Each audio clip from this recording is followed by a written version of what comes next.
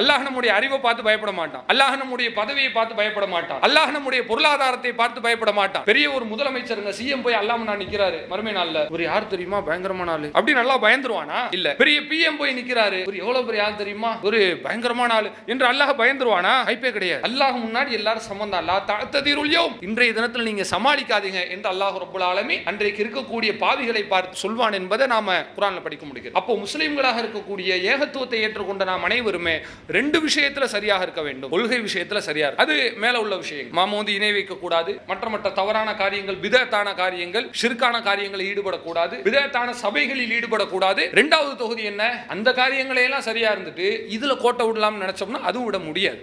மார்க்கம் அப்படித்தான் வைத்திருக்கிறது. இஸ்லாமிய மார்க்கம் சஹாபாக்களை எப்படி மாற்றுகிறது என்று சொன்னால், அதாவது மறுமையில மட்டும் நல்லவர்களாக மாற்றவில்லை, உலகத்திலும் நல்லவர்களாக மாற்றி இருக்கிறது. மறுமையில சொர்க்கவாதியாக மாற்றி அவனை இபாதத் செய்யக்கூடியவனா விழுந்து விழுந்து அல்லாஹ்வே கதி என்று தொழுகிறான். தொழக்கூடிய தொழுகையை பார்த்தால் அவ்வளவு நீளமாக இருக்கிறது. ஐய தூக்குனா அதுவா கேட்டுக்கிட்டே இருக்காரு, இறக்கவே மாட்டாரு. ஆனா சக மனிதனிடத்தில் இவர் வந்து சகிப்புத்தன்மையோடு நல்ல முகத்தோடு நல்ல மனிதனாக நடக்கவில்லை என்று சொன்னால் இஸ்லாம் சொல்வது போல அது மிகப்பெரிய ஒரு மோசமாக மாறிவிடும் என்பது மார்க்கத்தினுடைய ஒரு போதனையாக இருக்கிறது. அஸ்ஸலாமு அலைக்கும் வரஹ்மத்துல்லாஹி வபரகாத்துஹு. கண்ணியத்திற்குரிய எல்லாம் வல்ல அல்லாஹ்வின் நல்லடியார்களே, பெரியோர்களே, தாய்மார்களே, அல்லாஹ் ரப்புல் ஆலமீன் நமக்கு வழங்கி இருக்கக்கூடிய அருட்கொடைகளில் ஈடு இணை அற்றதும் மிக பெரியதுமாய் விளங்குகின்ற இஸ்லாம் என்கிற மார்க்கத்தினை நாம் அனைவரும் நம்முடைய வாழ்க்கை நெறியாக ஏற்றுக்கொண்டிருக்கிறோம். அந்த இஸ்லாத்தை சரியாக அறிந்து கொள்ள வேண்டும் என்கிற நல்ல நோக்கத்திலே ஏற்பாடு செய்யப்பட்டிருக்கிற இந்த மார்க்க விளக்க நிகழ்ச்சியில் சுய பரிசோதனை என்கிற தலைப்பு எனக்கு இங்கே வழங்கப்பட்டிருக்கிறது. பொதுவாக இந்த சுய பரிசோதனை என்பது மார்க்கம் குறித்த நம்முடைய விஷயங்களை நாம் பரிசோதித்து பார்த்து கொள்வதற்கு மட்டும்தான். ஆனால் ஒரு மனிதனுக்கு மார்க்கத்திலும் சுய பரிசோதனை அவசியம், உலக விஷயங்களிலும் சுய பரிசோதனை என்பது அவசியம்தான்.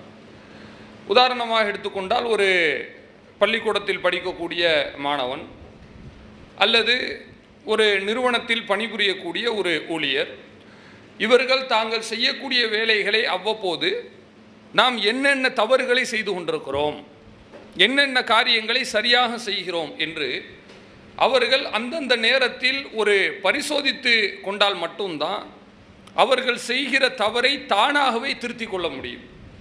உண்மையிலேயே ஒரு அழகிய ஒரு தத்துவம் சொல்வார்கள். அது என்னவென்றால், எந்த மனிதன் தன் தவறை தானே திருத்திக் கொள்கிறானோ அந்த மனிதனுக்கு யாரும் உலகத்தில் அறிவுரை சொல்ல தேவையில்லை என்று சொல்வதுண்டு. அப்போ அடுத்த மனிதர்கள் தனக்கு அறிவுரை எப்பொழுது சொல்ல வருகிறார்கள் என்றால், மனிதன் தவறை திருத்தாமல் இருக்கும் பொழுதுதான். இவன் தவறை திருத்தி கொண்டான் என்றால் யாரும் சொல்ல வேண்டிய அவசியம் கிடையாது. இதுதான் இயல்பான ஒரு விஷயம். இதை எப்படி நமக்கு அல்லாஹ் குர்ஆனிலே சொல்லுகிறான் என்றால், யா அய்யுஹல்லதீன ஆமனு, நம்பிக்கை கொண்ட மக்களே, வத்தகுல்லாஹ், நீங்கள் முதலில் அல்லாஹ்வை அஞ்சுங்கள். இதான் விஷயம். இப்போ நம்ம முன்னாடி ஒரு தத்துவம் சொன்னோம் இல்லையா, தன் தவறை தானே திருத்தி கொண்டால் யாருடைய அறிவுரையும் இவனுக்கு தேவையில்லை என்று நம்ம சொன்னோம். அது உண்மைதான். ஆனால் அது எந்த நேரத்தில் உறுதியாக சரியானதாக இருக்கும் என்று சொன்னால், வெறுமன கல்வி அறிவு இருந்தால் மட்டும் போதாது, அறிவை கடந்து இறைவனுடைய அச்சம் வேண்டும். இதுதான் முக்கியம்.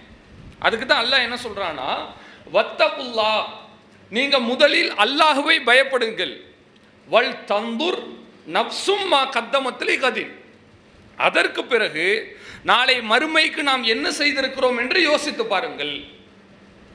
அழகா அல்லாஹ் சொல்றான் பாருங்க. எடுத்தடுப்பிலே நீங்க வந்து பரிசோதனை பண்ணி பாருங்க என்று அல்லாஹ் சொல்லவில்லை. அப்படி சொன்னா என்ன தெரியுமா நடக்கும்?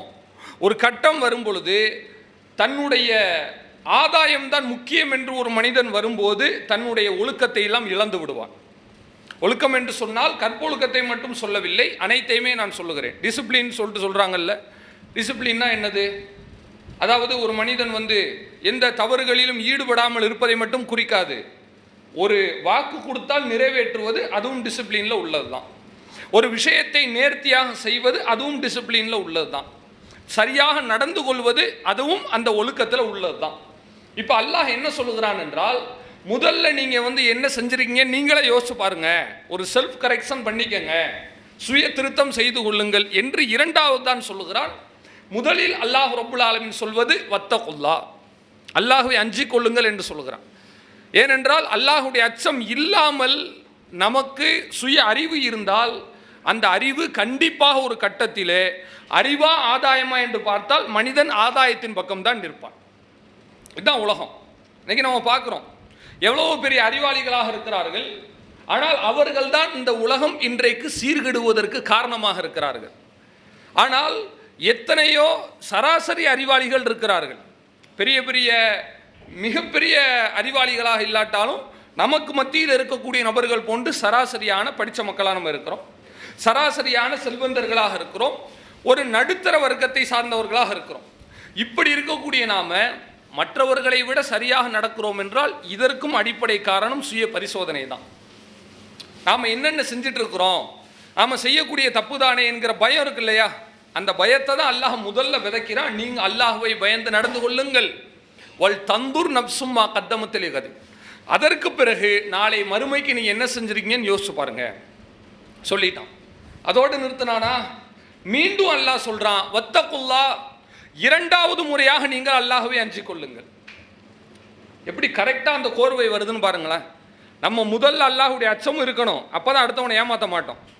அல்லது அல்லாஹுடைய அச்சம் இல்லாமல் நடந்தோன்னு சொன்னால் நான் முன்னாடி சொன்ன மாதிரி ஒரு கட்டத்தில் தன்னுடைய ஆதாயம் பெரியது என்று நினைத்து விடுவோம். முதல்ல அல்லாஹுடைய அச்சம், அதற்கு பிறகு சுய திருத்தம். சுய திருத்தம் செஞ்சாச்சு, செஞ்ச உடனே மனிதனுடைய மமதை என்ன, பரவாயில்லையே நான் கரெக்டாக நடந்துட்டேன், நான் நடக்கிறதுக்கு என்னுடைய அறிவு தான் முக்கியம், என்னுடைய கட்டுப்பாடு தான் முக்கியம். மனிதன் வந்து ஒரு சில நேரங்களில் கட்டுப்பாட்டை இழந்து விடுகிறான்.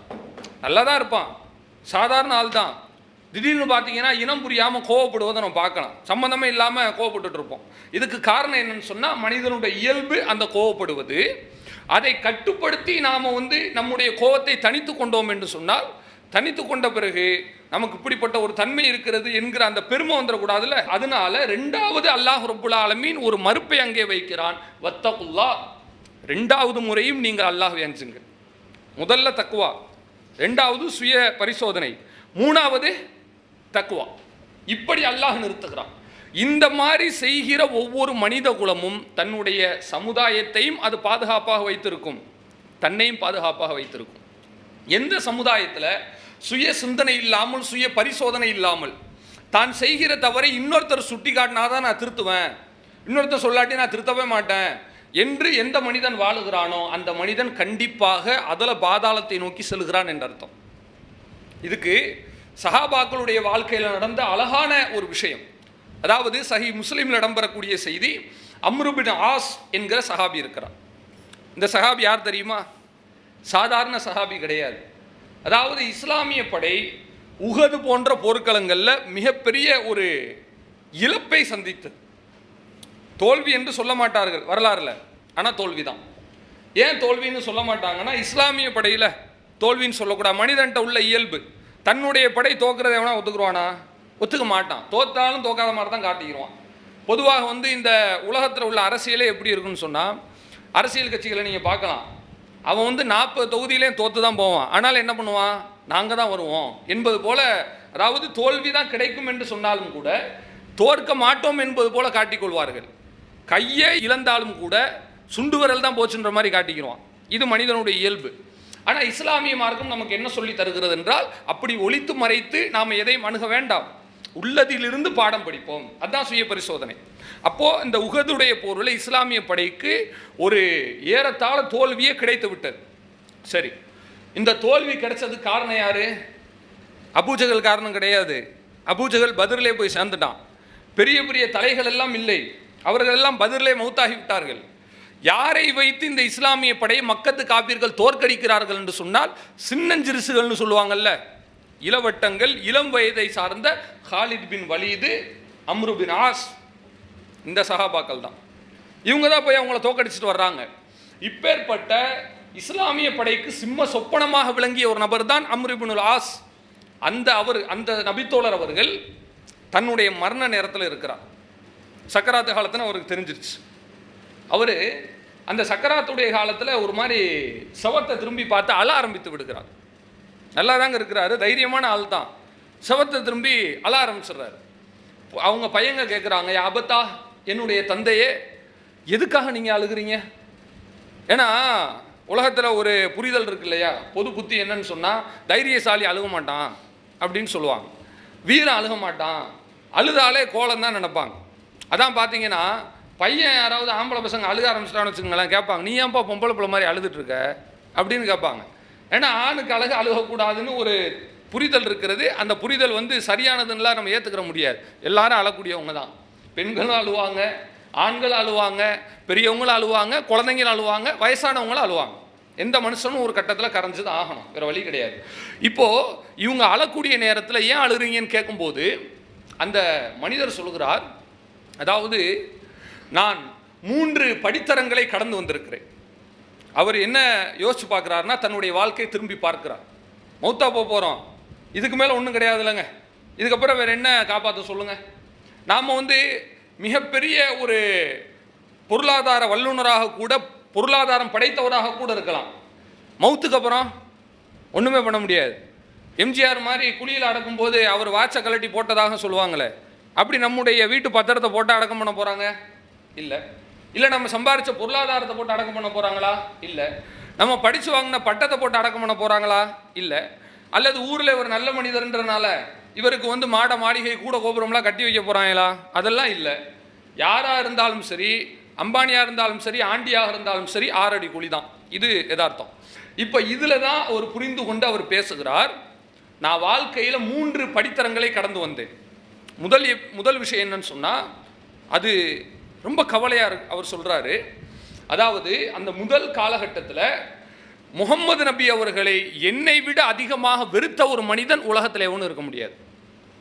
அவர் சொல்கிறார், ரசூல்லாவை நான் வெறுத்த மாதிரி யாருமே வெறுக்க முடியாது, அவ்வளோ வெறுப்பு.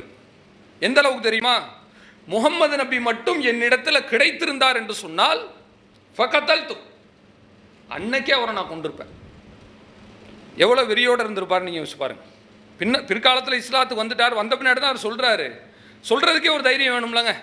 நான் இப்படியெல்லாம் தப்பு பண்ணிட்டேன்னு ஒரு மனிதன் ஒத்துக்கிறான்னு சொன்னாலே அந்த மனிதன் திருந்தி விட்டான் என்று பொருள். எப்போ ஒரு மனுஷன் ஒத்துக்கிற மாட்டான்னு சொன்னால் திருந்தவே கூடாதுன்னு முடிவெடுத்துட்டானா கடைசி வரை ஒரு தவறை மறைக்கிறதுக்கு இன்னொரு தவறு செய்வான். நம்ம தமிழில் சொல்லுவாங்கல்ல, ஒரு பையன் மறைக்க இன்னொரு பொய். அல்லாஹுடைய தூதர் சொல்வது போல, அதாவது பொய் என்பது தீமைக்கு வழிகாட்டுகிறது என்று சொல்வார்கள். அந்த மாதிரி மனிதன் எப்பொழுது தவறை மறைக்க பழகி கொள்கிறானோ, அல்லது தவறை சரி கட்ட, இல்லை நான் செஞ்சது சரிதான் என்று தன்னுடைய பேச்சு திறமையினாலோ அல்லது தன்னுடைய ஒரு அசாத்திய தைரியத்தினாலோ அவன் கொண்டு வர நினைத்தானே, ஆனால் கண்டிப்பாக அது அவனுக்கே எதிராகத்தான் போய் முடியும், அடுத்தவனுக்கு எதிராக போய் முடியாது. ஒரு முட்டாள் இடத்துல அறிவாளி பேசி ஜெயித்து விடலாம், ஜெயிப்பது போல நினைத்து கொள்ளலாம். ஆனால் வெற்றி பெற்றது யாரு? இவன் கிடையாது, அவன் தான் ஜெயிச்சான். அவனுக்கு அடுத்து வேறு ஒரு வாழ்க்கை எல்லாம் கொடுப்பான், இவன் கிடைக்கிறத கெடுத்துக்கிட்டுல நிற்கிறான். அப்போ இது மனிதனுடைய இயல்பு. இவர் தன்னுடைய தவறை ஒப்புக்கொள்வதற்கு அதுக்கு நேர்மை இருந்தால் மட்டும் பத்தாது, ஒரு துணிச்சல் வேண்டும். ஒத்துக்கிட்டார், அப்படி நினச்சந்தான், அவர் எனக்கு கிடைச்சிருந்தா நான் கொண்டு கூட போட்டுட்டு இருப்பேன், ஆனால் அல்லாஹ் என்னை காப்பாற்றிட்டான். ஃபலவ் முத்துவலா தில்கலஹால், அதே நிலையில் நான் வஃபாத் ஆயிருந்தேன்னு சொன்னால் நான் நரகவாசியாக மாறி இருப்பேன்.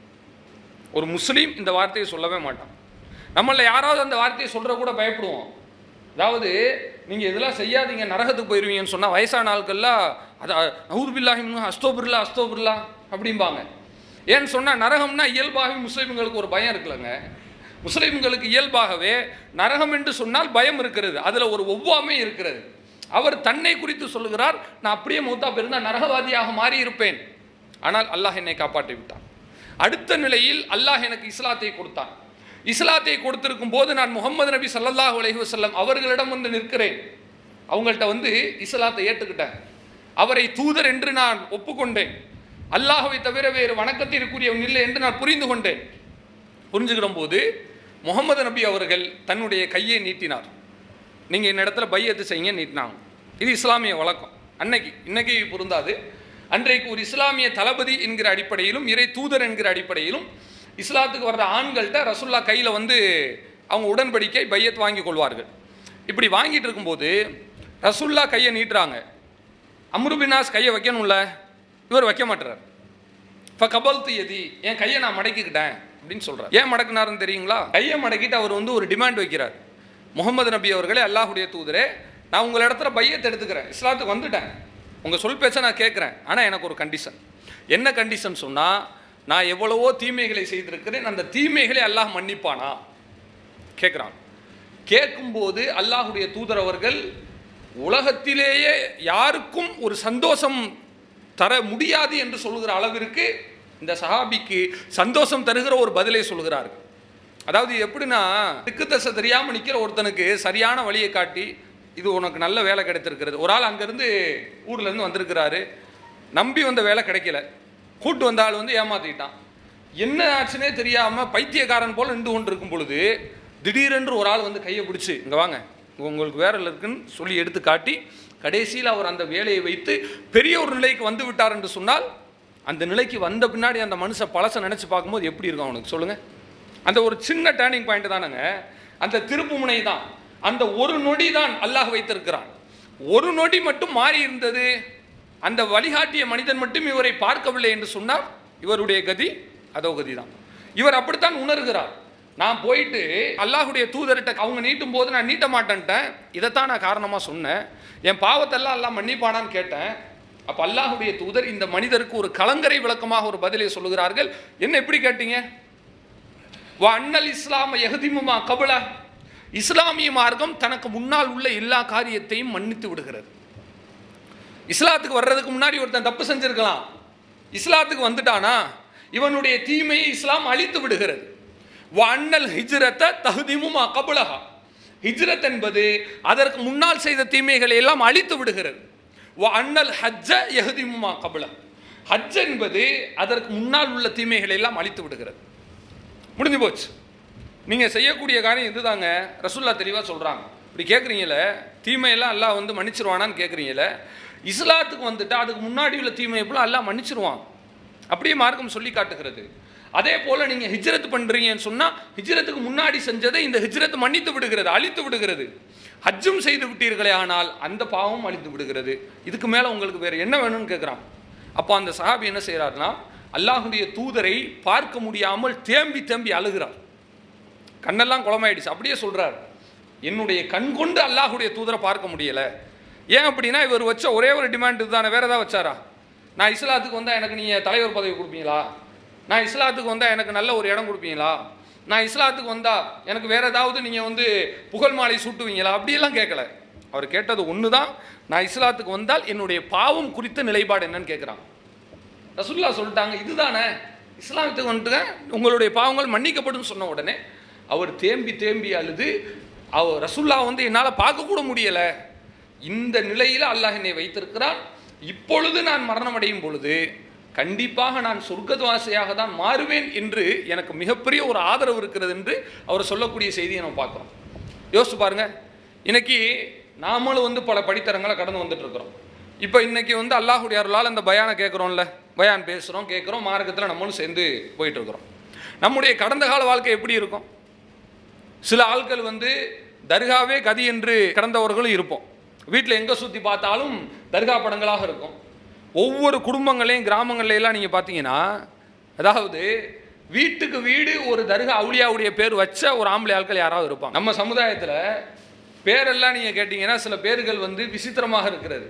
ஆண்களுக்கு பேர் வைக்கிறாங்க, சீனி, சக்கரை, இந்த மாதிரி எல்லாம் பேர் வைக்கிறார்கள்ல. இதுக்கு என்னங்க காரணம்? இது என்ன அரபிக் நேமா சொல்லுங்கள்? இல்லை தமிழில் இந்த ராஜான்னு பேர் வைக்கிறாங்கல்ல, இது ராஜாங்கிற தமிழ் நேம், இந்த அரபிக் நேம் கிடையாது, இது நான் அரபிக் தான். அந்த மாதிரி இதுக்கு ஒரு சரியான அர்த்தமாவது இருக்கிறதா? இல்லை. இன்னும் சில நேரத்தில் நீங்கள் பார்த்தீங்கன்னா நம்ம சமுதாய மக்கள் குழந்தை இல்லைன்னு சொன்னால் அதில் நடக்கிற அந்த வேடிக்கைகள் இருக்கிறது, அது ரொம்ப மோசமானது. வேடிக்கையாகவும் இருக்கும், அதே நேரத்தில் வேதனையாகவும் இருக்கும். ஒரு பையன் பிறகுறான், 4 வருஷம் 5 வருஷம் கழித்து திருமணம் ஆன பின்னாடி பிறகுறான். நார்மலாக அவன் வந்து பிறக்கலை, ஒரு வருஷத்தில் பிள்ளை இல்லை அப்படின்னு சொன்ன உடனே எல்லா தம்பதிக்கு வந்து வேதனையாக தான் இருக்கும். இது உண்மைதான். அதான் சொல்லுவாங்க, கல்யாணம் ஆயிடுச்சுன்னு வச்சுக்கோங்க, ஒரு குழந்தைய பெற்று கொடுத்துடணும், அப்போ தான் எல்லோரும் வாயும் அடைக்க முடியும். அடுத்த குழந்தை பெற்றுக்கலையே அது உன் விருப்பமா?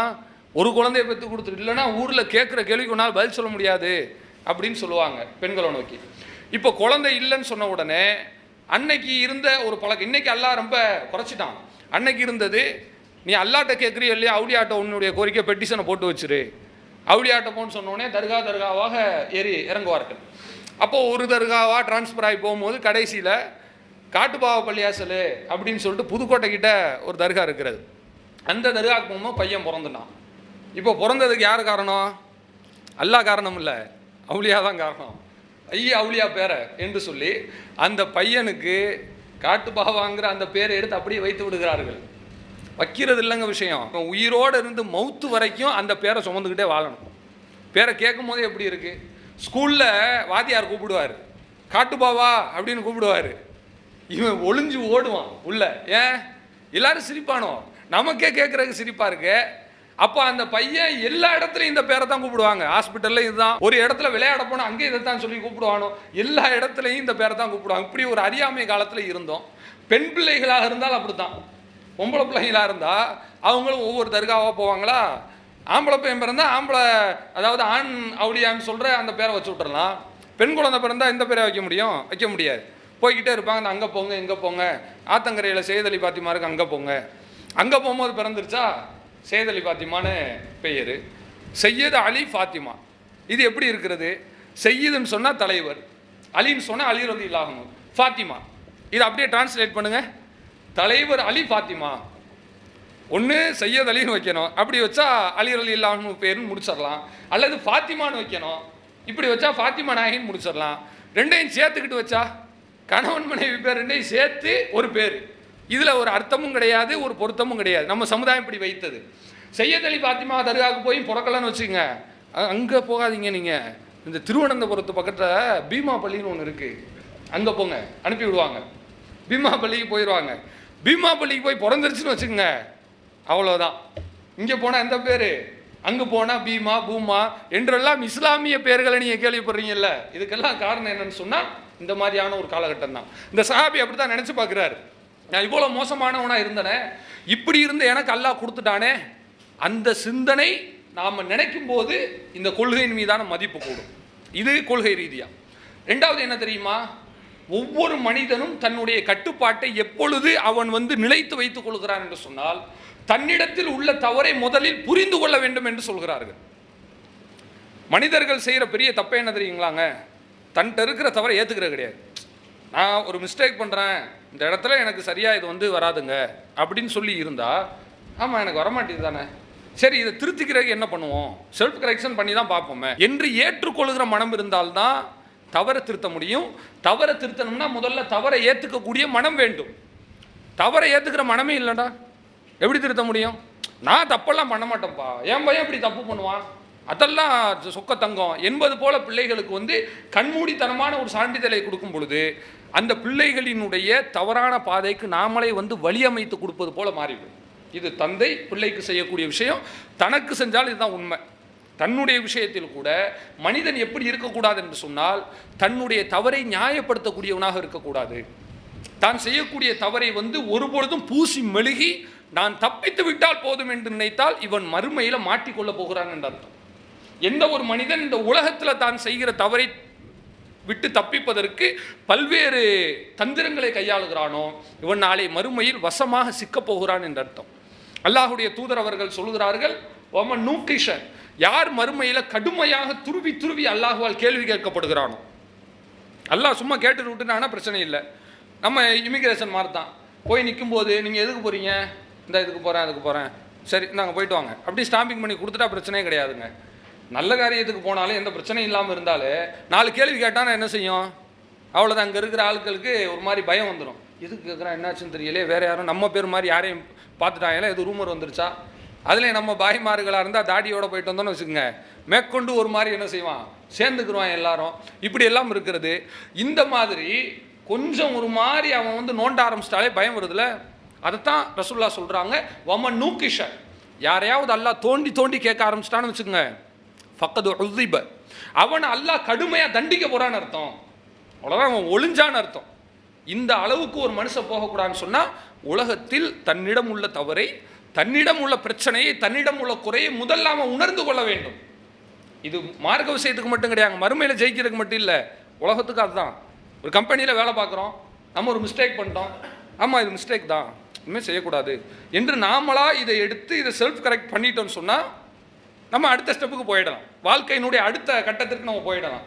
அடுத்த ஆள் சொல்லி காட்டி நம்ம திருத்தவில்லை என்றால், நாமே திருத்திக் கொள்ளவில்லை என்று சொன்னால் கடைசி வரை எங்கே தான் இருப்போம்? அதே இடத்துல தான் சுற்றிட்டு இருப்போம். அப்போ ஒரு மனிதனை முடக்கக்கூடியது தன் தவறை உணராதது தான். அதைத்தான் மார்க்கம் சொல்கிறது, வல் தந்தூர் நப்சும்மா கத்தமுத்தலி கதின். நாளை மறுமைக்கு என்ன செஞ்சிருக்கேன்னு யோசிச்சு பாருங்க, அதை பற்றி சிந்திச்சு பாருங்க. உலகத்துக்கு அதுதான், நாளைக்கு மறுமைக்கு அதுதான். மனிதன் எந்த இடத்துல சறுக்குகிறான் என்றால், தனக்கு அல்லாஹ் கொடுத்திருக்கிற சின்னஞ்சிற பலவீனங்களை தன்னுடைய சாதகமாக அவன் நினைப்பது. சில பலகீனங்களை அல்லாஹ் கொடுத்துருப்பான். அந்த பலகீனத்தை பலகீனம் நினைக்கிறவரை அதில் நாம் பெரிய அட்வான்டேஜ் எடுத்துக்கிற மாட்டோம். அந்த பலகீனத்தை நமக்கு இருக்கக்கூடிய ஒரு வசதின்னு நம்ம நினச்சிட்டோம்னு வச்சுக்கோங்களேன், சர்க்கிளில் போய்கிட்டு இருக்கோம்னு அர்த்தம். இது அதில் மார்க்கம் தெரியாத மக்கள்கிட்ட இந்த பிரச்சனையை நீ அதிகமாக பார்க்க முடியாது. மார்க்கம் படித்த, மார்க்கத்தினுடைய விழிப்புணர்வு கொண்ட, ஏகத்துவ கொள்கை அடிப்படையாக கொண்ட சகோதரர்கள் மத்தியில் தான் இந்த ஒரு பிரச்சனை அதிகமாக இருக்கும். என்ன தெரியுமா? எல்லா தப்பையும் செஞ்சுவிட்டு ஏன்பா செஞ்ச, மனுஷன்னா தப்பு செய்யக்கூடியவன் தான். இந்த டைலாக் கேட்டிருக்கீங்களா? இது எல்லா இடங்கள்லையும் என்ன செய்யலாம், இந்த டைலாகை கேட்கலாம். இதுவே முதல்ல தப்பான கருத்து. மனுஷன் தப்பு செய்யக்கூடியவன் தான் என்பது சரிதாங்க. அதுக்காக எல்லா தப்பையும் செஞ்சுவிட்டு, செய்கிற தப்பையெல்லாம் செஞ்சுட்டு மனுஷன் தப்பு செய்யக்கூடியவன்டான்றதை ஒரு சேஃப்டி கார்டாக எடுத்துக்கிட்டோம்னு சொன்னால் இது எப்படி சரியாக இருக்கும்? யோசிச்சு பாருங்கள். மனிதன் தப்பு செய்யக்கூடியவன் தான், மாட்டு கருத்து அல்ல. அதாவது ஒவ்வொரு ஆதமுடைய மகனும் லைலி வன்னஹார், இரவிலும் பகலிலும் அவன் பாவம் செய்து கொண்டே இருக்கிறான் என்று தூதர் சொல்கிறார்கள். அதில் மாட்டு கருத்து இல்லை. மனிதன்னா என்ன அர்த்தம் தெரியுமா? தப்பு செய்யக்கூடிய மனுஷன் தான். தான் செய்த தவறை நினைத்து திருந்தக்கூடியவனும் மனிதன் தான். தப்பை செஞ்சுவிட்டு தப்பிக்கிறதுக்காக மனுஷன் சொல்கிறான்னு வச்சுங்களேன், இவன் மனிதன்றதை தனக்கு சாதகமாக பயன்படுத்திக்கிறான்னு அர்த்தம். இதுக்கு அழகிய எடுத்துக்காட்டு மூசா அலைஹிஸ்ஸலாம். அற்புதமான எடுத்துக்காட்டு. ஒரு மனுஷன் தவறு செய்யக்கூடியவன் தான். அதுக்கு எப்படி நம்ம டெஃபினேஷன் எப்படி கொடுக்கறது, வரைவிலக்கணம் எப்படி நம்ம ப்ராக்டிக்கலாக நம்ம எப்படி ஒரு ஆளை வச்சு சொல்கிறதுனா, நீங்கள் தாராளமாக என்ன செய்யலாம், மூசா அலைஹிஸ்ஸலாத்தை பார்க்கலாம். அவங்க என்ன செய்கிறாங்க, அல்லாஹ் இடத்துல கேட்குறாங்க, இறைவா அரிணி, உன்னை எனக்கு நீ காட்டு, அந்துரு இலைக், நான் உன்னை பார்க்கணும் கேட்குறாங்க. கேட்கும்போது நல்லதுக்கு தானே கேட்குறாங்க. அல்லாஹ் பார்க்கணும் எல்லாத்துக்கும் ஆசை தானுங்க. யாருக்காவது ஆசை இல்லாமல் இருக்கா? எல்லாருக்கும் ஆசை. எல்லா முஸ்லீமாக பிறந்த எல்லாத்துக்கும் அல்லாஹ் பார்க்கணும்னு ஆசை தான். சில ஆட்கள் சின்ன வயசுல நான் அல்லாஹ் பார்த்தேன்லாம் சொல்லுவாங்க. எப்படின்னா, எங்கேயாவது தூரத்தில் போயிட்டு இருக்கும்போது பள்ளியாசலில் நைட்டு 1 மணி 2 மணிக்கு வந்துட்டான்னு வச்சுக்கோங்களேன், வெள்ளேர்னு ஏதாவது உருவம் இருக்கும், லைட் எரியுன்னு வச்சுக்கோங்களேன் ஓரத்தில், உனக்கு பார்த்தோன்னே நான் அல்லாஹ் பார்த்துட்டேன் அப்படின்லாம் என்ன செய்வாங்க, சொல்லுவார்கள். அதை ஒரு பெருமையாக சந்தோஷமாலாம் பேசுவாங்க. ஏன்னா அல்லாஹ்வை பார்க்கணுன்னு எல்லாத்துக்கும் ஆசை தான். மூசா அலைஹிஸ்ஸலாம் மனிதன் அடிப்படையில் கேட்டுட்டாங்க. கேட்கும்போது அதுக்கு அல்லாஹ் அழகிய ஒரு பதிலை சொன்னான். என்ன பதிலை சொன்னான்? லன்தராணி, உங்களால் என்னை பார்க்கவே முடியாது, நீங்கள் என்னை பார்க்கவே முடியாது. நீங்கள் என்னை பார்க்க வேண்டும் என்று சொன்னால் உங்களுக்கு ஒரு செய்தியை நான் சொல்கிறேன். என்னுடைய ஒளியை நான் அந்த மலைக்கு அனுப்புகிறேன். ஃபைனிஸ்தகர்ர மகானஹு, அதனுடைய இடத்தில் அது உடையாமல் இருந்து விட்டது என்று சொன்னால் ஃபஸௌஃப தரானி, தாராளமாக நீங்கள் என்னை பார்க்கலாம். அல்லாஹ் சொல்கிறான். அந்த ஒளியை அல்லாஹ் அந்த மலைக்கு கொடுக்கிறான். கொடுக்கும் பொழுது என்ன நடந்தது என்று சொன்னால், ஜஅலஹு தக்கா, அந்த மலை சுக்குநூறாக உடைந்து சிதறிவிட்டது. அல்லாஹ்வை பார்க்கணும்னு கேட்டாங்கல்ல, அல்லாஹ் என்ன சொன்னா, என்ன உங்களால் பார்க்க முடியாது, என்னுடைய ஒளியை அல்லாஹ் மலையில் ஏறி நிற்கலை. நல்லா புரிஞ்சுக்கணும். மொத்த எடையும் தூக்கி மலை மேலே வைக்கலைங்க. அல்லாஹினுடைய அந்த ஒளியில் சின்ன பகுதியை தான் பர்டிகுலராக அந்த மலை மேலே மட்டும் படுற மாதிரி. மலைக்கு பக்கத்தில் தான் மூசா நபி நிற்கிறாங்க. மூசா நபி மேலே படலை. எது மேலே மட்டும் படுகிறது? மலையின் மீது மட்டும். அந்த மலையின் மீது பட்ட உடனே மலை சுக்குநூறாக உடைந்து சிதறுகிறது. சிதறினா என்ன நடக்குது தெரியுமா? மூசா அலைஹிஸ்ஸலாம் அவங்க அப்படியே மயக்கம் போட்டு கீழே விழுந்துடுறாங்க. டமார் டுமார்னு ஒரு சத்தம், கீழே விழுந்துடுறாங்க. விழுகிறதுலேருந்து அல்லாஹ் என்ன செய்தியை சொல்கிறான் தெரியுமா? என்ன நீங்கள் பார்க்கன்னு கேட்குறீங்களே, என்னுடைய எடையை மலையே தாங்க முடியலைன்னு சொன்னால் இவங்க மயக்கப்பட்டு கீழே விழுந்துடுறாங்க. சத்தம் கேட்ட உடனே நிறைய நீங்கள் பார்க்கலாம், பாம்பு பிளாஸ்ட்லாம் நடக்குதுல, சம்மந்தம் இல்லாமல் ஒருத்தன் செத்து போவான். அதாவது பில்டிங்லேயும் இருக்க மாட்டான், இவன் அந்த இதில் சம்மந்தப்படவும் மாட்டான், ரோட்டில் நடந்து போயிட்டு இருப்பான், டமார்னு ஒரு வெடி வெடிக்கும். அந்த சவுண்டு டெசிபிள் தாங்குற அந்த லெவலை கடந்த உடனே காதில் உள்ள ஜவ்வெல்லாம் கிழிஞ்சு ஒரு மாதிரி ஆகி அதோடய அவன் என்ன செஞ்சிருவான், வழி தாழ முடியாமல் இறந்து போயிடுவான். இது மனித இயல்பு. கட்டத்துக்கு மீறி அவன் தாங்க முடியாத சத்தமோ அல்லது தாங்க முடியாத உணர்வோ இருந்ததுன்னு சொன்னால் ஜனாசா தான். இப்போ அல்லாஹ் மூசா அலைஹிஸ்ஸலாம் அவங்கள காப்பாற்றிட்டான் மயக்கத்தோட. இவங்க மயக்கி விழுந்தவங்க ஃபலம்மா அஃபாக் எழுந்திருக்கிறாங்க. எழுந்திருத்து சொல்கிறாங்க, கால இன்னி இறைவா, நான் உன்னிடத்தில் தௌபா செய்து விடுகிறேன், தயவு செஞ்சு இப்படிலாம் நான் கேட்க மாட்டேன். துபுத்து இலைக், உன்னிடத்துல நான் தௌபா செய்கிறேன். வ அன அவ்வலுல் முஸ்லிமீன், உனக்கு கட்டுப்படக்கூடியவர்களில் முதல் நபராக நான் ஆகிவிடுகிறேன். மூசா நபி சொல்றாங்க. இப்படி தெரியாம மூசா நபி கேட்டாங்கல்ல, கேட்டது அல்லாஹ் ரப்புல் ஆலமீன் என்னால் உங்களை, அதாவது உங்களால் என்னை பார்க்க முடியாதுன்ற தெளிவாக சொல்லிட்டான். இருந்தும் அவங்க கேட்டுட்டாங்க. மனித பிள்ளையாக நடந்து விட்டது. மனிதன் என்கிற அடிப்படையில் இப்படி கேட்கக்கூடாத விஷயத்தை கேட்டுட்டாங்க. அதுக்கு பிறகு மூசா நபி அவர்கள் தன்னுடைய வாழ்க்கையில் ஒரு இடத்துலையாவது அல்லாஹ்வை பார்க்கணும்னு கேட்டாங்களா? யோசிச்சு பாருங்க. எங்கேயாவது போய் கேட்டதா வரலாறு இருக்கிறதா? இந்த சம்பவத்துக்கு முன்னாடி 2வது தடவை மீண்டும் கேட்டாங்க, அப்படி எங்கேயாவது இருக்கிறதா? அல்லாஹ்விடத்தில் உரையாடினாங்க. கடைசி காலகட்டத்தில் ஃபிரௌன் விரட்டிக்கிட்டு வர்றான். விரட்டிக்கிட்டு வரும்போது கூட அல்லாஹ் கட்டளை இடுகிறான், அந்நிதுரி பி அசாக்கல் பஹர், உங்களுடைய கைத்தடியை வச்சு கடல்ல அடிங்க என்று சொல்லுகிறான். அடிக்கிறாங்க. அடிச்சா பாதை வருகிறது. அல்லாஹ் தான் ஆர்டர் போடுறான், இவங்க தான் செய்கிறாங்க. அப்படி ஆர்டர் போடும்போது கூட அந்த சொல்கிற ஆர்டரை ஒபே பண்ணுறாங்களே ஒழிய, ஒரே ஒரு தடவை உன்னை நான் திரும்பி பார்த்துக்கிறேன் அப்படின்னு சத்தம் வர்ற பகுதியை பார்த்து திரும்பினாங்களா? இல்லை. இதுதான் மனித பிழை. மனிதன் என்கிற அடிப்படையில் தவறு செய்வதுனா என்னன்னு சொன்னால், ஒரு தவறை செய்து விட்டோம் என்றால் அடுத்து அந்த தவறை திருத்தி வாழ பழகிக்கொள்ள வேண்டும். மீண்டும் மீண்டும் தவறை செய்துவிட்டு செய்கிற நேரங்கள் எல்லாம் மனிதன் பிழை செய்யக்கூடியவன், மனிதன் தவறு செய்யக்கூடியவன் என்று சொன்னால் இது திருந்துவதற்கான வழிமுறை கிடையாது. அந்த தவறில் நீடிப்பதற்குண்டான ஒரு வழிமுறை தான். இது கண்டிப்பாக சுய பரிசோதனையில் அடங்கவே அடங்காது. இதை நம்ம புரிஞ்சுக்கணும். அப்போ மூசா நபி அவர்கள் மனித பிழை செய்தார்கள். எப்படி? ஒரு தடவை கேட்டாங்க, தௌபா செஞ்சாங்க, மீண்டும் கேட்கல. இதுதான் சரியானது. இந்த மாதிரி நம்முடைய வாழ்க்கையில் நம்ம இருக்கிறோமா? இதான் கேள்வி. சுய பரிசோதனை செய்து கொள்வது முதல் படி, அம்ருபின் ஆஸ் போல. அப்படி செய்த அந்த பரிசோதனையை சரியாக நம்ம நிறைவேற்றுகிறோமா என்பது 2வது படி. அப்படி நிறைவேற்றுகிறோமா என்பதற்கு மூசா நபி அழகிய எடுத்துக்காட்டு. அது மட்டும் இல்லாமல் நீங்கள் பார்க்கலாம், அதாவது அல்லாஹுடைய தூதர் காலகட்டத்துக்கு பின்னால் ஒரு மனிதர் உமர் ரலியல்லாஹு அன்ஹு, அவங்களுடைய வாழ்க்கையில் நடந்த சம்பவம் இருக்குல்லங்க, அது இஸ்லாம்னா என்னன்னு அப்படியே நமக்கு படம் பிடித்தான் போல காட்டுகிறது. எப்படி தெரியுமா? அல்லாஹ் குர்ஆன்ல சொல்றான், ஹுவல்லதி பஅத ஃபில் உம்மீயீன ரசூலம் மின்ஹும், இந்த முகமது நபி அவர்களை அல்லாஹ் ரப்புல் ஆலமீன் ஒரு படிப்பறிவில்லாத சமுதாயத்திலிருந்து தூதராக அனுப்பியிருக்கிறான். அன்றைக்கு இருந்த அரபுகள் எப்படிப்பட்டவங்க? படிப்பறிவில்லாத. அதை ரசூல்லாவே சொல்றாங்க. இது இழிவு கிடையாது. ரசூல்லாவே என்ன சொல்றாங்கன்னா, நஹ்னு உம்மத்துன் உம்மியத்துன், நாம் உம்மி சமுதாயம் தான். உம்மினா என்ன தெரியுங்களா? எழுத படிக்க தெரியாதவர்கள் என்பது மொழிபெயர்ப்பு, சரிதான். நேரடியான அர்த்தம் என்ன தெரியுமா? உம்முன்னு சொன்னா அம்மா, உம்மி என்று சொன்னால் தாயை சார்ந்தது. மிஸ்ரின்னு சொல்றோம், சூதானின்னு சொல்றோம், சவுதி அப்படின்னு சொல்றோம், இப்படி ஒமானின்னு சொல்றோம்ல, இது மாதிரி உள்ளதான் உம்மி. தாயை சார்ந்ததுன்னா என்னது?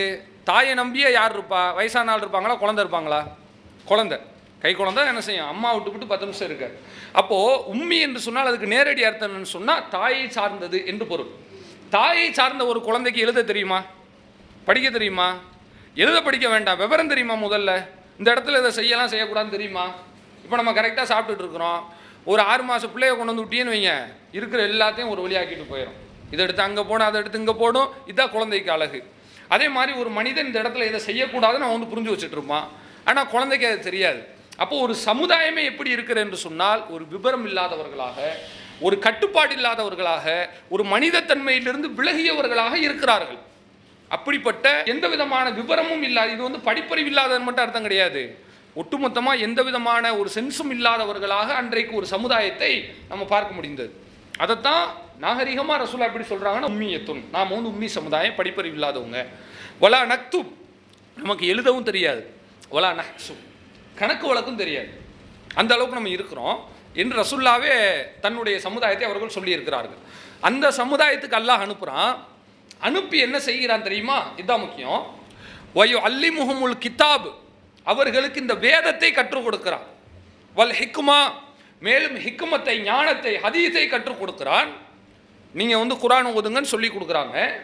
அதே போல் நீங்கள் ஹதீஸை படிச்சுங்கன்னு சொல்லி கொடுக்குறாங்க. இதுதான் அவங்களுடைய பணி. இதோட நிப்பாட்ட வேண்டியதானே? இதுக்கு அடுத்து தான் சுய பரிசோதனை இஸ்லாம் கொடுக்கிறது. வயு ஜக்கீஹிம், 3வது என்ன செய்வாங்களாம்? அந்த மனிதர்களை தசுக்கிய தூய்மைப்படுத்துவார்.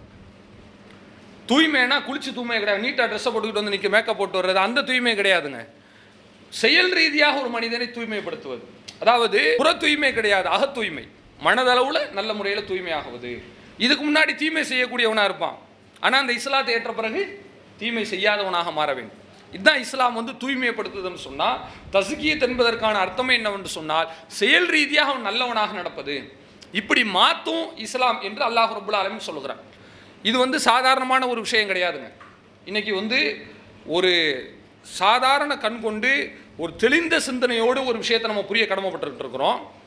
இன்னைக்கு இருக்கிற அரபு தேசம் இருக்குல்லங்க, இந்த அரபு தேசம்தான் வேர்ல்டில் இருக்கிற எல்லா கண்ட்ரிகள்லையும் கிரைம் ரேட் ரொம்ப ரொம்ப குறைச்சலான ஒரு பகுதின்னு சொன்னால் அரபு நாடு தான். இதை நம்ம மறுக்க முடியுமா? எவனாக இருந்தாலும் ஏற்றுக்கிட்டு தான் ஆகணும், வேறு வழியே கிடையாது. அதாவது அமெரிக்க பாராளுமன்றத்தில் நீங்கள் எல்லாம் காட்டு மிராண்டி சட்டத்தை வச்சுட்டு இருக்கிறீங்க, நீங்கள் எல்லாம் ரொம்ப பேக்வேர்டாக இருக்கிறீங்க, பின்னடைவாக இருக்கிறீங்க, நாங்கள் தான் ரொம்ப ஃபார்வேர்டாக இருக்கிறோன்னு பெருமை பேசி கொண்டிருந்தார்கள்.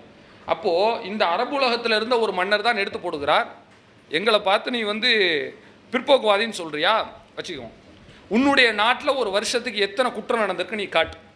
அதாவது ஒரு நாடுனா எப்பொழுது அது நல்ல நாடு நம்ம அதை சொல்லலாம்னா, அங்கே உள்ள பெண்கள் பத்திரமா இருக்கிறாங்களா, குழந்தைங்க ஊட்டச்சத்தோடு இருக்கிறாங்களா, படிப்பறிவு எல்லாத்துக்கும் இருக்கிறதா, ஒரு மனிதன் தன்னுடைய சுய வருமானத்தை கரெக்டாக அவன் தக்க வச்சுக்கிறானா. இந்த ஜிடிபி ஜிஎஸ்டிபியில் அடுத்து தான் சும்மா டஸ்ட் புஷ்ன்னு ஏதாவது அரசியல்வாதிகள் மேடையில் பேசுவார்கள், எங்கள் நாடு அவ்வளோ வளர்ந்துருக்கு, நம்பராக விட்டு தள்ளுவான், டெக்னிக்கலாகவே பேசுவான், டிப்ளமேட்டிக்காகவே பேசுவான்.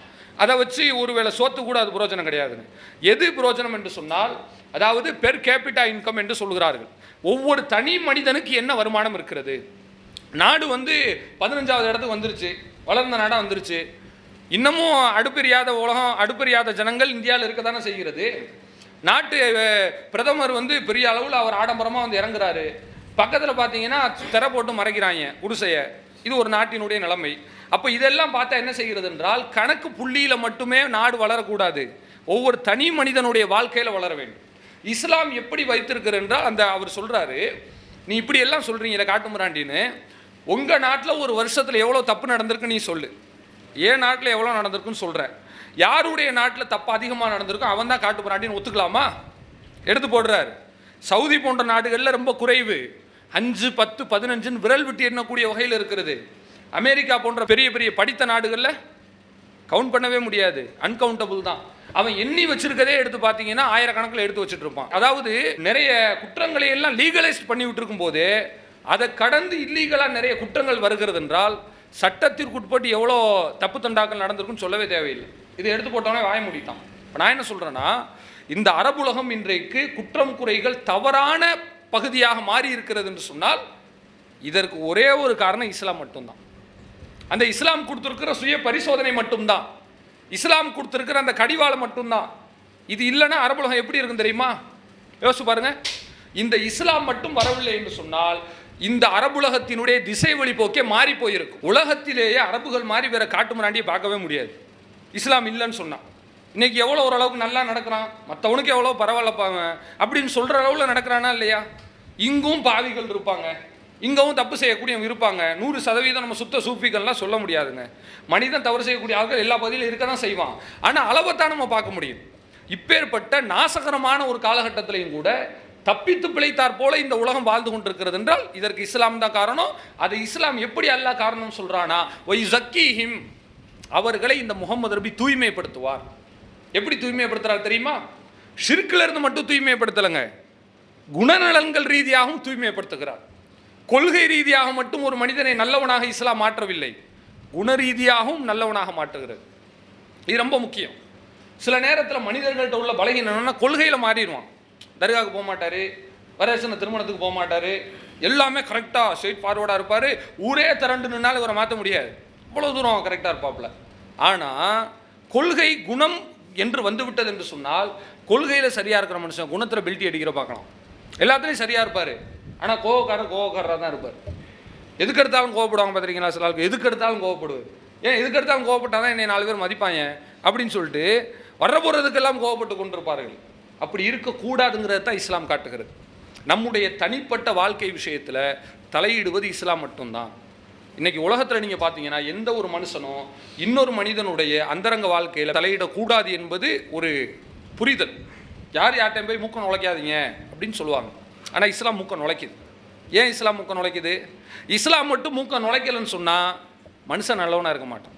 அதானங்க உண்மை. படித்தவன் தவறு செய்கிறான், பெரிய பெரிய பணக்காரன் தவறு செய்கிறான், பெரிய இடத்துல இருக்கக்கூடிய கார்ப்பரேட்டு ஒரு சராசரி பணக்காரனை நசுக்கிறான், அவனை வந்து கொலை செய்கிறான், எவ்வளவோ காரியங்கள் செய்கிறானே. இப்படி செய்கிறதுல நம்ம என்ன புரிஞ்சுக்கிறோம்? அவனுடைய பணம் அவனுக்கு புத்தியை கொடுக்கல, அவனுடைய கல்வி அவனுக்கு புத்தியை கொடுக்கல. அதே போல் மார்க்கத்தை தெரிந்திருக்கக்கூடியவர்களும் தவறு செய்கிறார்கள். அப்படின்னா என்ன புரிஞ்சுக்கிறோம்? இவன் படித்த படிப்பு இவனுக்கு வந்து சரியான ஒரு பாடத்தை கொடுக்கல. அப்போ இது அனைத்தையும் கடந்து பாடத்தை கொடுப்பது எதுவென்று சொன்னால் இந்த இஸ்லாம் தான். அதனால தான் இஸ்லாம் என்ன செய்யுது? நம்முடைய வாழ்க்கையில் இன்டீரியராக இருக்கக்கூடிய எல்லா விஷயத்திலும் மூக்கை நுழைக்க வேண்டும். நுழைச்சு என்ன சொல்லுதுன்னா, நம்ம ஒவ்வொருத்தரும் நம்முடைய கொள்கையை மாற்றிக்கொள்வது மட்டும் போதாது, அது வேணும் தான், குணநலன்கள் ரீதியாகவும் நம்முடைய மாற்றத்தை கொண்டு வர வேண்டும். அதுக்கு பேர் தான் தஸ்கியத்துன்றது. அல்லிமுஹமுல் கிதாப், வேதத்தை கற்றுக் கொடுத்தான், வல் ஹிக்மா, ஞானத்தை கற்றுக் கொடுத்தான். இது கொள்கைக்கு போதுமே. அல்லாஹ் தான், வேற கடவுள் கிடையாது, முகமது நபி மட்டும்தான் தூதர், வேற யாரையும் தூதரை ஏற்றுக்கொள்ளக்கூடாது, இது வந்துங்க உங்களுக்கு மேலோட்டமான கொள்கை. இது மட்டும் விட்டுட்டு போயிருந்தா சரி. ஆனால் அல்லாஹ் என்ன சொல்கிறான்? அதோடு நிப்பாட்ட மாட்டாங்க, உங்களை தூய்மைப்படுத்துவாங்க. அன்னைக்கு சமுதாயத்தை எவ்வளோ தூய்மைப்படுத்தினாங்க. மது குடிச்சிக்கிட்டு இருந்த சமுதாயத்தை 2-3 கட்டளைகளில் தூக்கி கீழே ஊற்ற வச்சாங்க. ஒருத்தர் அடித்து சாப்பிட்டுக்கிட்டு இருந்தாங்க. யாரையும் தொடக்கூடாது. வட்டி தொழிலையே தன்னுடைய முழு தொழிலாக செய்து கொண்டிருந்தார்கள். அதை ஒரு நிமிஷத்தில் அல்லாஹுடைய தூதர் ஒழிச்சு காட்டினாங்க. இப்படி குணரீதியாகவும் செயல் ரீதியாகவும் எவ்வளோ மாற்றம் செய்தார்கள் இல்லையா? அதுக்கு ஒரு அழகிய எடுத்துக்காட்ட நீங்கள் பார்க்கலாம். உமர் ரலியல்லாஹு அன்ஹு அவர்களுடைய வாழ்க்கை. அவங்க ஆட்சி தலைவராக இருக்கிறார்கள். அவங்களுடைய ஆட்சி காலகட்டத்தில் மதீனால ஹுர்ரு என்கிற ஒரு மனிதர் இருக்கிறார். இவர் பேர் ஹுர்ருங்க. இவர் மதீனால உள்ள மனிதர். இவர் உமர் அவங்களுக்கு வந்து ரொம்ப க்ளோஸான ஆள். அவங்களுடைய ஷூரா கமிட்டி, அதாவது அந்த ஆலோசனை குழு இருக்குதுல்ல, அதுலேயும் ஒரு மெம்பராக இருக்கிறாங்க. இவங்க இருக்கும்போது இவருடைய சொந்தக்காரர் வந்து உயைனா என்கிற மனிதர், அவர் வெளியூர்லேருந்து இங்கே வர்றாங்க. வந்து தன்னுடைய சொந்தக்காரர் ஹுர்ருட்ட இந்த உயைனா தங்கி இருக்கிறார். தங்கி இருக்கும்போது அவர்கிட்ட ஒரு சின்ன ஒரு ரிக்வஸ்ட் மட்டும் வைக்கிறார். என்னுடைய சகோதரரை, எனக்காக வேண்டி உமர் இடத்துல ஒரு சின்ன கோரிக்கை மட்டும் நீங்கள் வச்சு கொடுங்க. என்ன கோரிக்கை? அவரை நான் பார்த்து பேசணும், அனுமதி மட்டும் வாங்கி கொடுங்க. உங்களுக்கு அவர் இடத்துல நல்ல ஒரு பழக்கம் இருக்குது, ரொம்ப வேண்டப்பட்ட ஆள் அப்படின்னு சொல்லி ஒரு சின்னதாக கோரிக்கை வைக்கிறார். ஹுர்ரும் என்ன செய்கிறாங்க? சரி, ஓகே, உங்களுக்கு என்ன இவரை மீட் பண்ணணும் அவ்வளோதானே, நான் அவர்கிட்ட வந்து அப்பாயின்மெண்ட் வாங்கி தரேன் வாங்கன்னு சொல்லி கூப்பிட்டு போயிட்டார். கூப்பிட்டு போய் உமர் அவங்கள்ட்ட கேட்டால் உமர் அவங்கள அனுமதி கொடுத்துட்டாங்க.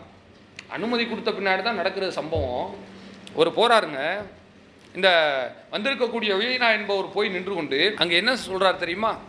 அதாவது, உமர் அவர்களே, நீங்கள் உங்களுடைய ஆட்சியில் கரெக்டாக நடக்கலை போய் சொல்கிறார். யாரிடத்துல? எந்த முஸ்லீம் அல்லாத மனிதர்கள் கூட கசப்பு ஓப்பு இல்லாமல் உமர் அவர்களை எந்த விதமான காழ்ப்புணர்வும் இல்லாமல் புகழ்ந்திருக்கிறார்களோ அந்த உமர் அவர்களை பார்த்து சொல்கிறார், நீங்கள் லா துஅதீனல் ஜஸ்லா, எங்களுக்கு வந்து உதவி கொடுக்கவே இல்லை, எங்களுக்கு சரியா நீங்கள் நீதியாக நடக்கவே இல்லை சொல்கிறார். நடக்காமல் சொன்னால் கூட சொல்கிறான். இன்னைக்கு அரசியல்வாதிகளை எத்தனை பேர் ரோட்டில் உட்காந்து திட்டிகிட்டு இருப்பான் பார்த்துறீங்களா? அதாவது ஏதாவது அநியாயம் செஞ்சால் ரோட்டில் டீ கடையில் உட்காந்து அம்புட்டு திட்டுவான். அந்த கட்சிக்காரர் கேட்டுக்கிட்டு தான் இருப்பார். கேட்டுக்கிட்டு இருந்தால் என்ன செய்வார்? ஆமாம், அவன் திட்டிய பெரிய நடக்க போதா, அதெல்லாம் எங்கள் தலைவர் பயங்கரமான ஆளுப்பா அப்படின்னு சமாளிச்சுட்டு போயிட்டு இருப்பான். ஆனால் இங்கே என்ன நடக்குது தெரியுமா? இப்படி இவர் பேசின உடனே உமர் ரலியல்லாஹு அன்ஹு அவர்கள் தவறு செஞ்சிருந்து இவர் ஏசினா கூட பொறுத்துக்கலாம். உமர் அவங்க அப்படிப்பட்ட ஆளும் கிடையாது. இருக்கிறாலே உமர் அவர்கள் போன்ற ஒரு கொள்கை உறுதி, ரொம்ப கட்டுப்பாடு, சகிப்புத்தன்மை, இது வந்து அபூபக்கர் அவர்களோட இவங்க ஒரு படி பல நேரங்களில் மேலையெல்லாம் போயிட்டு இருக்கிறாங்க. அப்படியாப்பட்ட ஒரு ஆள்கிட்ட போயிட்டு நீங்கள் சரியாக நடக்கல, அப்படி பண்ணிட்டீங்க, இப்படி பண்ணிட்டீங்க, இந்த மாதிரியெல்லாம் சொன்னால் நிலை எப்படி இருக்கும்? கண்ட்ரோல் இழந்துட்டாங்க. அந்த உயைனா என்பவர் அடிக்கிறதுக்காக வேண்டி வேகமாக எழுந்திருக்கிறாங்க பாருங்கள். பக்கத்தில் இருந்த ஹுர்ருக்கு வந்து பயம் வந்துருச்சு. அல்லாஹூ, ஒரு கூட்டு வந்து நிப்பாட்டினா அவர் என்ன இப்படி பேசிக்கிட்டு இருக்கிறாரு? ஏதோ பார்க்கணும்னு சொல்லி கேட்டார், சரி பார்க்கலான்னு கூப்பிட்டு வந்தால் வந்து இந்த மனுஷன் இந்த இடத்தையே வந்து கலவரமாக்கி விட்டு போயிடுவார் போலே அப்படின்னு பயந்துட்டு வேகமாக அங்கேருந்து எந்திரிச்சிட்டாங்க. ஹுர்ரு எந்திரிச்சு, யா அமீரல் மூமினின், ஆட்சி தலைவரே, உமர் அவர்களே, தயவு செஞ்சு அவனை விட்டுருங்க. அல்லாஹ் குர்ஆனில் சொல்கிறான், ஹுதில் ஆஃப், நபி அவர்களே நீங்கள் பெருந்தன்மையோடு நடந்து கொள்ளுங்கள். வா அரிது அனில் ஜாஹிலின், மூடர்களை பார்த்தால் நீங்கள் புறக்கணித்து விடுங்கள். அவனை ஒரு மேட்டரை எடுத்துக்காதீங்க. யாராவது எங்கேயாவது ஒன்று சொல்லிட்டு இருக்கானா எல்லாத்துக்கும் போய் பதில் சொல்லிட்டு இருக்க முடியுமா? முடியாது. உங்கள் வாழ்க்கையில் நீங்கள் அடுத்த கட்டத்தை நோக்கி போங்க என்பது அதனுடைய கருத்து. அதைத்தான் இந்த ஹுர் என்கிற நபர் உமர் உங்கள்கிட்ட சொல்கிறாங்க. வா அரிது அனில் ஜாஹிலின், அல்லாஹ் சொல்லியிருக்கிறான் மூடர்களை புறக்கணியுங்கள் என்று சொல்லியிருக்கான். இவன் ஒரு மூடன், தயவு செஞ்சு விட்டுருங்க அப்படின்னு சொன்ன உடனே அப்போ அந்த செய்தி அறிவிக்கக்கூடிய நபர் சொல்லுகிறார், இந்த வசனத்தை சொன்ன உடனே வக்காஃபன் இந்த கிதாபுல்லா, உமர் ரலியல்லாஹு அன்ஹு அவர்கள் அந்த இடத்திலேயே அப்படியே கட்டுப்பட்டு நிற்கக்கூடியவர்களாக நின்றார்கள். இது எப்படிங்க யோசிச்சு பாருங்க. அடிக்கிறதுக்கு எந்திரிச்சிட்டாங்க, பாஞ்சிட்டாங்க. இவர் வந்து சொல்லும்போது கூட சாதாரண மனுஷனா எப்படி இருப்பான் தெரியுமா? எந்திரிச்சான்னு வச்சுங்க, சப்புன்னு ஒரு அடி அடிச்சுட்டு அதுக்கப்புறம் என்ன சொன்னீங்க அப்படின்னு கேட்பான். இது மனித இயல்பு. ஆனால் உமர் அவங்க என்ன செய்கிறாங்கன்னு, அடிக்க பாய்ந்தவர்கள் கடைசி கட்டத்துக்கு போயிட்டாங்க. இதுக்கப்புறம் அவனை வந்து தாக்குறது தான், வேற வழியே கிடையாது. ஒரு சின்ன அதாவது 2 நொடி பொழுது போதும், அதுக்கப்புறம் தாக்குதல் நடக்கப்பட்டிருக்கும். அந்த இடத்துல அல்லாஹுடைய வசனத்தை பார்த்து கட்டுப்படுகிறார்கள் என்று சொன்னால் இதுதான் சஹாபாக்கள். சஹாபாக்கள் எப்படி புரியுதா? உமர் அவங்க பெரிய ஆட்சி தலைவர், அவங்கள தடுக்கிறதுக்கு யாராலையும் முடியாது. இவர் வந்து சொல்லும்போது அவங்க படார்னு பாஞ்சிட்டு 2 அடி அடிச்சுட்டு இருந்தாலும் கூட கேட்கறதுக்கு ஆள் கிடையாது. ஆனால் அவங்க எதை பார்க்குறாங்கன்னு சொன்னால், அல்லாஹுடைய வசனம் நம்மை கட்டுப்படுத்துகிறது. அப்போ ஒரு மனிதன் எப்படி இருக்கான்னு தெரியுமா? யாரும் என்னை தடுக்கிறதுக்கு ஆள் இல்லை என்பதை தனக்கு சாதகமாக பயன்படுத்தி கொண்டு தவறு செய்து விடாமல், அல்லாஹ் ரப்புல் ஆலமீன் என்னை கேட்பதற்கு தயாராக இருக்கிறான். நான் வந்து கோவப்பட்டு அடிச்சிட்டேன்னா யாரும் ஒன்றும் பண்ண முடியாது, எல்லாரும் எனக்கு கீழே கட்டுப்பட்டு அமைதியாக தான் இருக்கணும். ஆனால் அல்லாஹ் இடத்துல நாம் போய் அப்படி இருக்க முடியாது. அல்லாஹ் சொல்கிற மாதிரி வன்துமுல் ஃபுக்கரா இலல்லாஹ், நீங்கள் அனைவருமே அல்லாஹுக்கு முன்னால் சமம் தான், அனைவருமே அல்லாஹுக்கு முன்னாடி ஃபக்கீர் சாக்கள் தான், அனைவருமே அல்லாஹுக்கு முன்னாடி ஏழைகள் தான் என்று குர்ஆன் சொல்கிறது.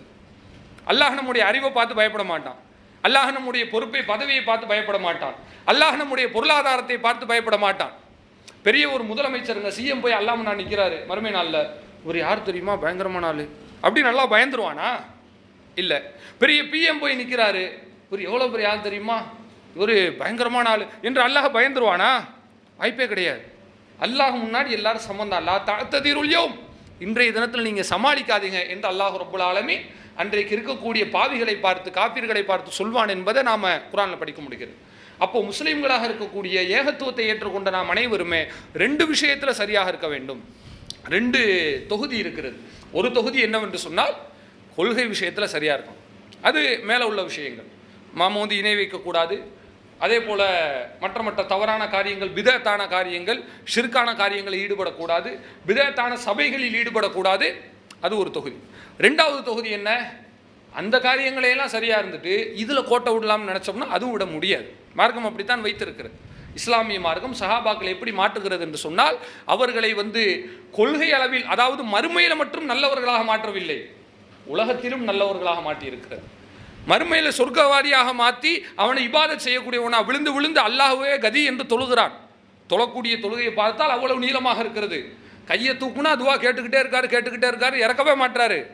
ஆனால் சக மனிதனிடத்தில் இவர் வந்து சகிப்புத்தன்மையோடு நல்ல முகத்தோடு நல்ல மனிதனாக நடக்கவில்லை என்று சொன்னால், இஸ்லாம் சொல்வது போல அது மிகப்பெரிய ஒரு மோசமாக மாறிவிடும் என்பது மார்க்கத்தினுடைய ஒரு போதனையாக இருக்கிறது. எனவே நாம் கொள்கையிலும் மார்க்க விஷயத்திலும் சரியாக இருப்பது போல குணநலன்கள் சார்ந்தும் நம்முடைய தனிப்பட்ட வாழ்க்கை சார்ந்தும், அதாவது பிரைவசியை, நம்முடைய தனிப்பட்ட வாழ்க்கையை யார் வந்து எட்டி பார்க்க முடியாது, எட்டி பார்க்கக்கூடாது என்பது தான் முன்னாடி சொன்ன மாதிரி தான். ஆனால் இஸ்லாம் அதையும் மீறி மூக்கை நுழைத்து தலையீடு செய்கிறது என்றால் இதுக்கு காரணம், உன்னுடைய தனிப்பட்ட வாழ்க்கையில் நான் தான் தலையிடுவேன், இஸ்லாம் தான் தலையிடும், நான் தலையிட்டால் தான் நீ நல்லா இருப்ப, இல்லைனா உன்னுடைய நாசத்திற்கு நீயே வழிவகுத்துக் கொள்வாய் என்பதை இஸ்லாம் நமக்கு பாடர் பாடமாக சொல்லி இருக்கிறது. எனவே நாம் எந்தெந்த நேரங்களில் எல்லாம் தவறு செய்யக்கூடிய வாய்ப்பை ஷைத்தான் ஏற்படுத்தி கொடுக்குறானோ அந்தந்த நேரம் அனைத்திலுமே நமக்கு வாய்ப்பு கிடைத்து விட்டது என்று பார்க்காமல் அல்லாஹ் நம்மை பார்த்து கொண்டிருக்கிறான். இதான் உண்மையான அல்லாஹுடைய அச்சம். உண்மையான அல்லாஹுடைய அச்சம்னா என்னங்க? 100 பேர் இருக்கும்போது நல்லவனாக நடக்கிறது கிடையாது, யாருமே இல்லாமல் இருக்கும்போதும் நல்லவனாக நான் நடப்பேன். ஒரு தகப்பனார் இருக்கிறாரு, வீட்டில் பையன் இருக்கிறான், அவர் இருக்கும்போது பார்த்தீங்கன்னா இருக்கிற இடம் தெரியாமல் இருக்கான், அப்படியே வாழை சுருட்டிக்கிட்டு அமைதியின் மறு வடிவமாக மாறிட்டான். வெளியே போகிற டியூட்டி கிளம்புன உடனே அட்டகாசம் தாங்கலை, வீட்டில் அம்மா என்ன சொன்னாலும் கேட்க மாட்டான், அதை எடுத்து போட்டு உடைக்கிறான், இது வேண்டாம் அது வேண்டாம் இது வேண்டாம், சொல் பேச்சை கேட்க மாட்டான்னு வச்சுங்களேன். இவன் வந்து உண்மையிலே பயப்படுறான்னு அர்த்தம் கிடையாது, நடிக்கிறான், ஆக்டிங் கொடுக்குறான்னு அர்த்தம். அப்போ அல்லாஹ் முன்னாடி நம்ம நடிக்கிறோமா அல்லது உண்மையாக பயப்படுகிறோமா என்பதற்குண்டான ஒரு பரீட்சையாகத்தான் நாம் ஒவ்வொரு மனிதனும் சுய பரிசோதனை செய்து கொள்வதை இஸ்லாம் நமக்கு வைத்திருக்கிறது. எனவே ஒவ்வொரு மனிதனும், அது கணவனாக இருந்தாலும் சரி, மனைவியாக இருந்தாலும் சரி, தகப்பனாக இருந்தாலும் சரி, பிள்ளையாக இருந்தாலும் சரி, அனைத்து நபர்களுமே தங்களுடைய வாழ்க்கை குறித்து நாம தான் அல்லாஹ்விடத்தில் போய் பதில் சொல்லணும். நமக்கு வந்து நம்ம வாப்பா நிற்க மாட்டாங்க, நமக்கு வந்து நம்ம பையன் நிற்க மாட்டார். அல்லாஹுடைய குர்ஆன் வசனம் இருக்கிறது, மன் அமில சாலிஹன், நீங்கள் அமல் செய்தீர்கள் என்று சொன்னால் ஃபலி நஃப்ஸி, அது அவருக்குரியது. ஒமன் அசா, ஒரு மனிதன் தீமை செய்து கொண்டான் என்றால் ஃபலைஹா, அது அவனுக்கு எதிரானது. அழகா சொல்லிட்டாங்கல்ல, அவங்க குழிக்கு அவங்க தான் பதில் சொல்லி ஆகணும். இது நம்ம சகஜமாக தமிழில் சொல்லுவோம். அதைத்தான் அல்லாஹ் ரப்புல் ஆலமீன் வசனமாக சொல்லுகிறான். நீங்கள் நன்மை செய்தால் உங்களுக்கானது, நீங்கள் தீமை செய்தால் அது உங்களுக்கு எதிரானது. இது எல்லா மனுஷனுக்கானது தான். அந்த ஒரு பயத்தை நமக்குள் வைத்துக்கொண்டு ஷைத்தானிய சிந்தனைகள், ஷைத்தானிய தூண்டுதல்கள் எப்பொழுதெல்லாம் நம்மை ஒன்றி வருகிறதோ அந்த நேரத்தில் நாம் கடைபிடிக்க வேண்டிய ஒரே ஒரு பாதுகாப்பு வளையம் என்பது இந்த அல்லாஹினுடைய அச்சத்தை தவிர, சுய பரிசோதனையை தவிர, அல்லாஹ் நமக்கு கொடுத்திருக்கக்கூடிய இந்த கொள்கை மாற்றத்தை கடந்து குண நலன்கள் மாற்றம். இதை தவிர அல்லாஹ் சொல்வது போல ஒய் ஜக்கீஹிம், அவர்களை அல்லாஹ் ரப்புல் ஆலமீன் தூய்மைப்படுத்துவான் என்று சொன்னார்களே, அந்த ஒரு விஷயத்தை தவிர வேறு எதாலும் செய்ய முடியாது. இந்த இஸ்லாத்தை அல்லாஹ் கொடுத்திருப்பது நமக்கு நாம் செய்கிற ஒவ்வொரு தவறுகளிலிருந்தும் நம்மை இழுத்து பிடித்து நிறுத்தக்கூடிய ஒரு மூக்கணங்கயிறாக, ஒரு கடிவாளமாக தான் அல்லாஹ் கொடுத்திருக்கிறான் என்பதை கவனத்தில் கொண்டு எதை கேட்டோமோ அதன்படி அமல் செய்யக்கூடிய ஒரு நன்மக்களாக அல்லாஹ் ரப்புல் ஆலமீன் நம் அனைவரையும் ஆக்கி அருள் புரிவானாக. வாஹிரு தாவானா அனில் அல்ஹம்துலில்லாஹி ரப்பில் ஆலமீன். இஸ்லாம் மற்றும் சமுதாய செய்திகளை அறிந்து கொள்ள தமிழ்நாடு தௌஹீத் ஜமாஅத் யூடியூப் பக்கத்தை உடனடியாக சப்ஸ்கிரைப் செய்து கொள்ளுங்கள். மேலும் பெல் பட்டனையும் கிளிக் செய்து கொள்ளுங்கள்.